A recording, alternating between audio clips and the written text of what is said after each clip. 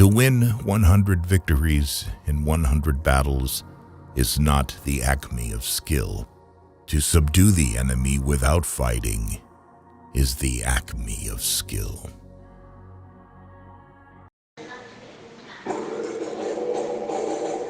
Di tengah invasi Rusia ke Ukraina yang telah melewati 72 hari, di mana masing-masing kubu telah mengeluarkan senjata pamungkasnya, berbagai senjata berat telah diturunkan demi mendapatkan kemenangan di kedua sisi.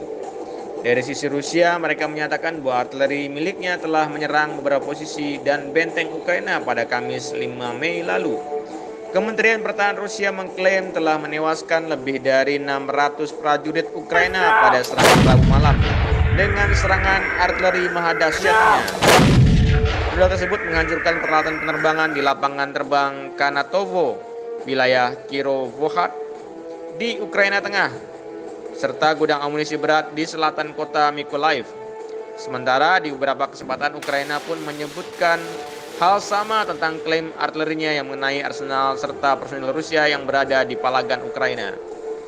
Kedua pihak mengeluarkan artileri serta senjata beratnya untuk memenangkan pertempuran, tak terkecuali senjata pamungkas berupa artileri berat, di mana akan kita bahas dari masing-masing sisi. Dari pihak Rusia kita akan ketahui telah diturunkan artileri Medan 2S7 Pion atau Malka, sedangkan di pihak Ukraina telah menerima bantuan militer berupa artileri M777 yang merupakan lawan standing. Namun seberapa besar perbandingan dua alutsista ini, maka mari kita bahas satu persatu. Mulai dari 2S7 Pion milik Rusia.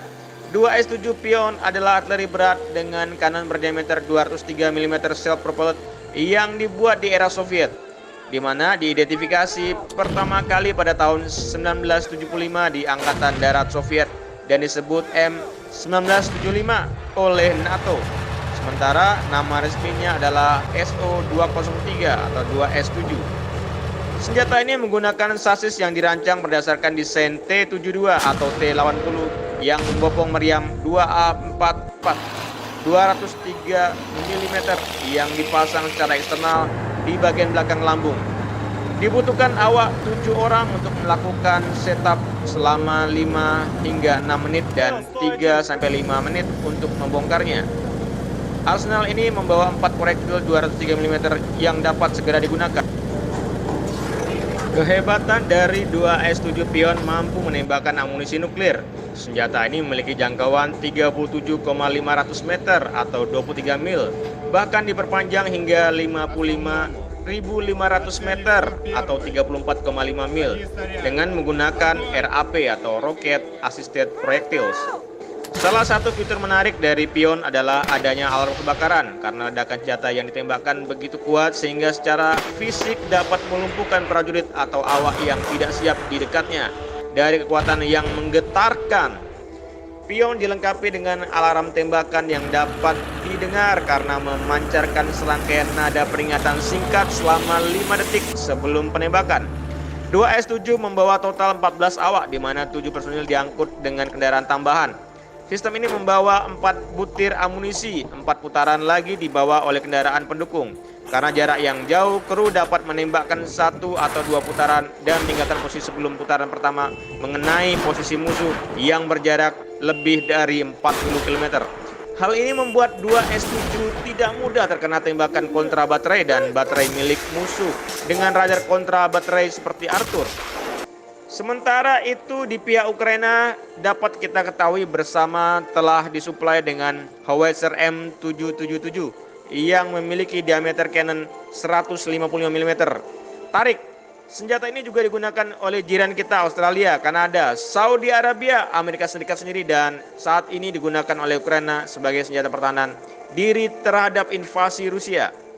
M777 diproduksi oleh Divisi Tempur Global Buy System, dimulai sebagai Ultralight Field Howitzer atau UVH yang dikembangkan oleh Divisi Persenjataan Vickers Shipbuilding dan Engineering atau VSEL di Barrow-in-Furness, Inggris.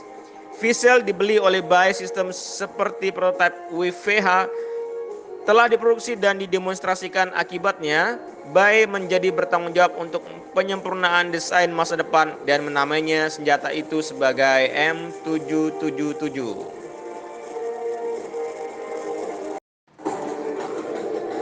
Dengan berat 4.200 kg, M777 41% lebih ringan dari Howitzer M198 yang digantikannya, yaitu berbobot 7.154 kg. Sebagian besar pengurangan berat disebabkan oleh penggunaan titanium secara ekstensif. M777 dapat diangkut dengan helikopter Sling Load, pesawat pengangkut serta Lockheed C-130 Hercules, atau ditarik oleh kendaraan rem udara dengan berat lebih dari 2,5 ton, seperti kendaraan menengah, FMTF, dan MTFR. Awak senjata minimal yang dibutuhkan adalah 5 orang dibandingkan dengan 9 orang sebelumnya. M777 menggunakan sistem kontrol tembakan digital yang serupa dengan yang ditemukan pada Howitzer self-propelled seperti M109A6 Paladin untuk menyediakan navigasi, penunjukan arah, dan lokasi mandiri yang memungkinkannya untuk beraksi dengan cepat. Amunisi berpemandu GPS Excalibur XM982. M777 dapat dikombinasikan dengan amunisi berpemandu GPS M982 Excalibur yang memungkinkan tembakan akurat pada jarak 40 km. Ini hampir menggandakan area yang dicakup oleh baterai menjadi sekitar 1.250 km atau 480 mil. Pengujian di Yuma Province Ground oleh Angkatan Darat Amerika Serikat menempatkan 13 dari 14 peluru Excalibur ditembakkan dari jarak hingga 24 km atau 15 mil dalam jarak 10 meter atau 33 kaki dari target mereka, menunjukkan kemungkinan koreksi melingkar sebesar 5 meter atau 16 kaki. Pada Juni 2012, baterai Golf Batalion Kedua Marinir ke-11 dari Camp Pendleton, California menembakkan M982 Excalibur terhadap pemberontak pada jarak 36 km atau 22 mil di Provinsi Helmand, Afghanistan.